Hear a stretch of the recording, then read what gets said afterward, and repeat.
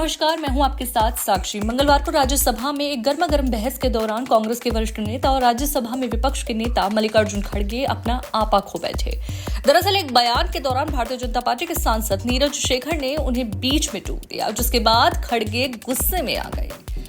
अब नीरज शेखर पर जमकर जब वो भड़के और इस दौरान प्रधानमंत्री नरेंद्र मोदी भी सदन में मौजूद रहे और उन्होंने इस स्थिति पर अपनी प्रतिक्रिया भी दी।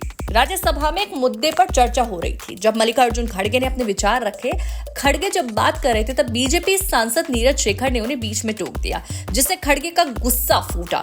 खड़गे ने तमतमाते हुए नीरज शेखर को न सिर्फ जवाब दिया बल्कि उन्हें तंज करते हुए कहा कि आप लोग हमेशा बीच में टोकते हैं, क्या आप सांसद हैं या बस मजाक बना रहे हैं।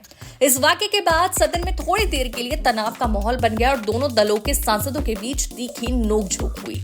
खड़गे ने इस दौरान ये भी कहा कि विपक्ष को बोलने का हक है और बीजेपी सांसदों को अपनी सीमा में रहकर बात करनी चाहिए।